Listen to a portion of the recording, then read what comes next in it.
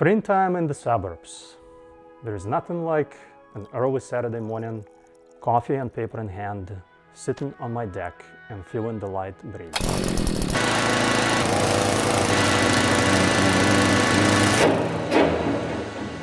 The blowing, the grunting, and those fumes. If only there was something better. It could blow the competition away.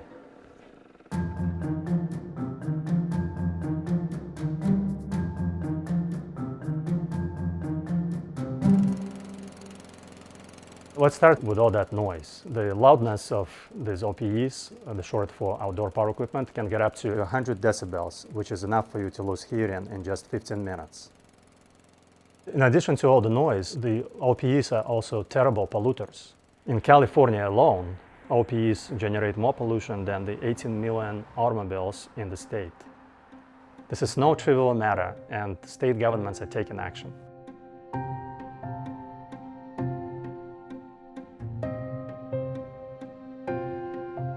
With all the government restrictions and consumers looking to reduce their carbon footprint, it's time to look at the alternatives to gas-powered outdoor power equipment.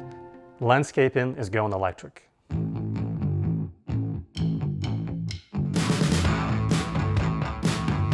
Though gas equipment is still dominating sales, the battery model's revenue is growing almost twice as fast at 9.9% compared to gas at 5%. But let's take a look at one of the biggest hurdles to battery OPEs: power. Weak power performance has been the big deterrent for the consumers and landscapers, but recent innovations in the battery technologies has made it more attractive. In the early 2000s, lithium-ion technology, primarily used in products like computers, cell phones, was making its way into other things like electric vehicles and power tools. And one of the companies that recognized the big potential behind the lithium-ion was Tektronix. Like Tesla, they also realized that the biggest value add is not in making battery cells themselves, but in actually building software and circuits on top of it to maximize the power of these batteries. Starting a few years ago, power has finally gotten to the level where they could start thinking about taking it from handheld drills like this to the outdoors where the real action is. You thought that you could only use batteries for the handheld operated equipment like drills and whatever you use in residential construction, but look at all this equipment that you can use outside. Off we go. And the best part about this is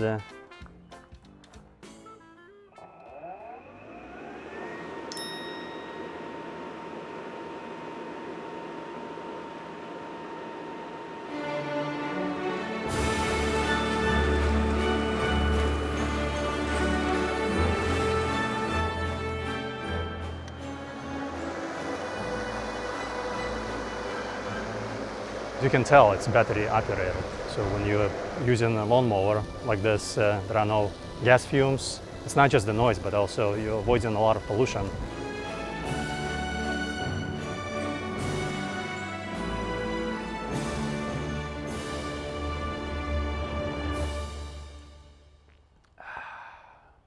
At this point, we're thinking there are two companies that are leading the pack on the power tools and OPE, Tektronix and Makita.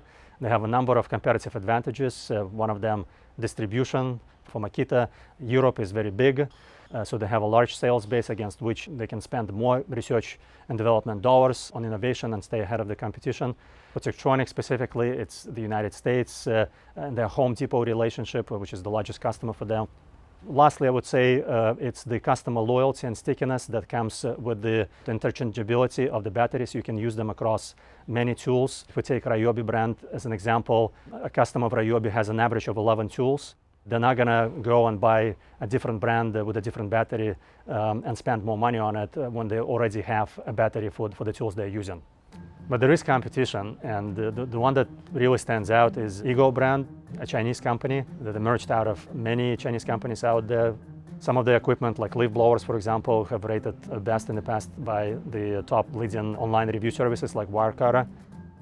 The competitive race is focusing on the battery power and battery life. Leaf blower tools, for example, they've run out of battery power in 13 minutes. That could be a a lot higher to make them more usable.